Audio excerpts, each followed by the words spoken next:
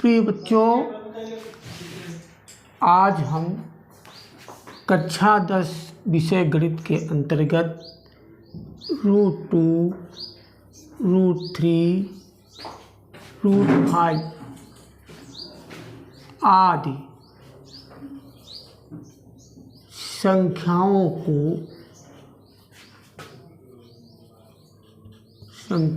को सिद्ध करेंगे कि ये अपरिमेय संख्याएं हैं।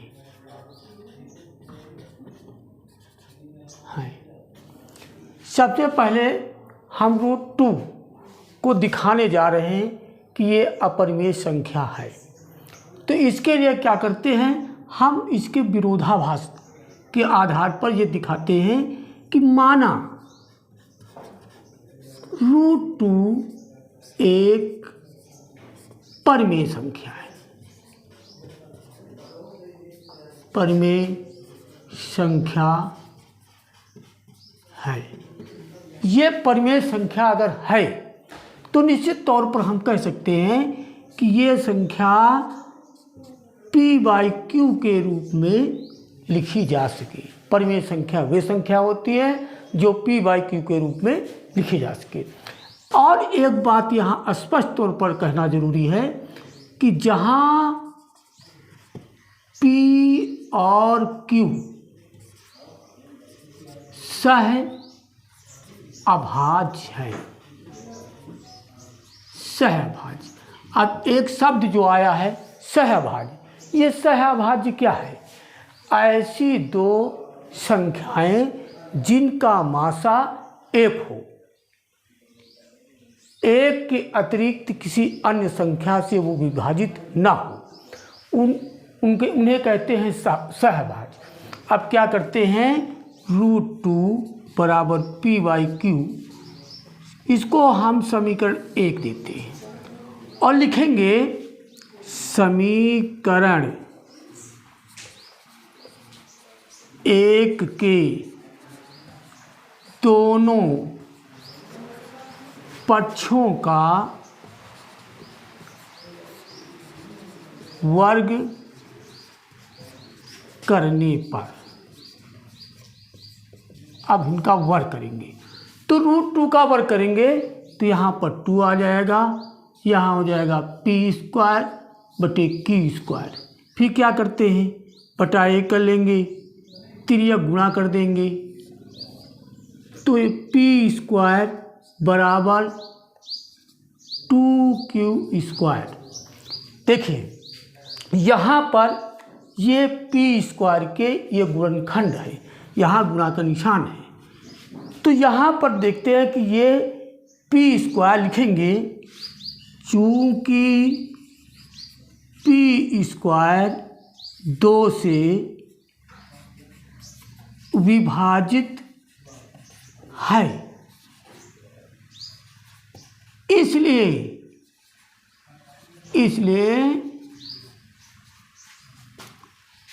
p भी 2 से विभाजित होगा। देखिए ये यहाँ पर जैसे कोई संख्या हम ले लेते हैं, जैसे मान लो कोई संख्या 4 है, 4 को 2 से विभाजित करेंगे, 2 दूना 4। 4 का वर्गमूल हम अगर ले लेते हैं, 4 का वर्गमूल होता है 2, तो 2 से विभाजित है, तो p² 2 से विभाजित है, इसलिए p भी 2 से विभाजित होगा। अब देखते हैं इस आगे के लिए क्या करते हैं, ये चाहे समीकरण को 2 दे दो और समीकरण 2 में p बराबर 2c रखने पर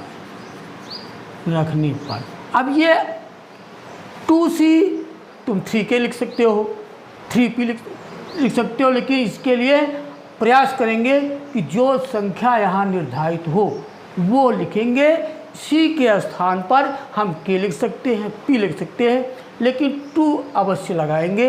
अगर 3 यहाँ है तो 3 लगाएंगे, 5 है तो 5 लगाएंगे। जैसा √3 √5 है आगे आएगा तो उसमें क्या करेंगे, यहाँ 2 की जगह पर 3 लिख देंगे। अब यहाँ पर रख रहे हैं 2c का स्क्वायर बराबर 2q स्क्वायर। इसका वर्ग करेंगे, 2 का वर्ग 4c स्क्वायर 2q स्क्वायर। अब इसको हम q स्क्वायर को पंचांतर करते हैं, q स्क्वायर बराबर 4c स्क्वायर अपान 2 बराबर 2 स्क्वायर। q स्क्वायर बराबर 2c स्क्वायर आया। यहाँ पर फिर देखते हैं कि q स्क्वायर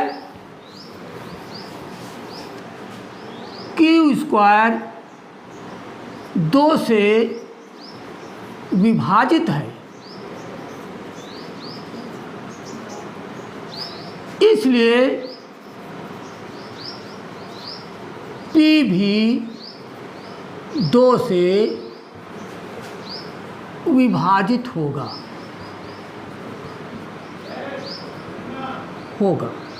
देखिए अब स्पष्ट स्थिति में पहुंच रहे हैं कि हमारे पास P और Q की आरंभिक स्थिति ये क्या थी कि P और Q सहभाज्य थे। सहभाज्य मतलब सिर्फ वो एक से ही विभाजित हो, एक मात्रा था। अब यहाँ पर देखो P 2 से विभाजित है, Q 2 से विभाजित है, जो कि हमारी कल्पना क्या थी, हमारी कल्पना थी कि P और Q सहभाज्य है और यहाँ पर 2 से विभाजित हो रहे हैं। इस प्रकार हम कह सकते हैं कि यहाँ पूर्ण रूप से विरोधाभास उत्पन्न हो रहा है। विरोधाभास उत्पन्न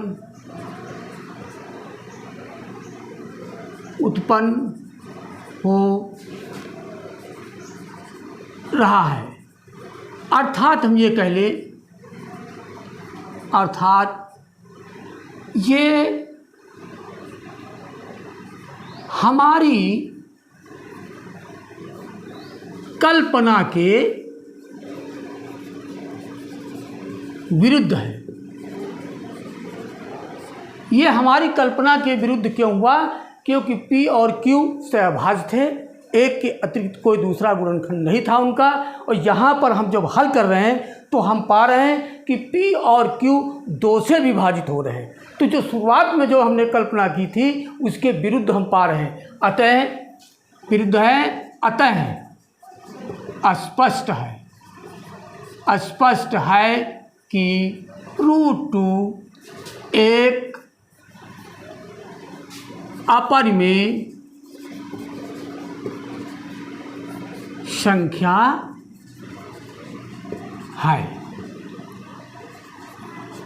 सेम प्रक्रिया से हम √3 √5 आदि संख्याओं को इसी प्रक्रिया से आसानी से ये सिद्ध कर सकते हैं कि √3 √5 अपरिमेय संख्याएं हैं। ये स्पष्ट इसमें लिखा गया है और प्रत्येक स्टेप को में शुरुआत के तौर पर जहाँ सहभाज्य है उस पर सबको गौर करना है कि उसी प्रक्रिया से पूरा सवाल लगेगा कि P और Q एक के अतिरिक्त मतलब गुणनखंड नहीं होगा। बस आज के लिए इतना, कल फिर आगे बताया जाएगा। Thank you.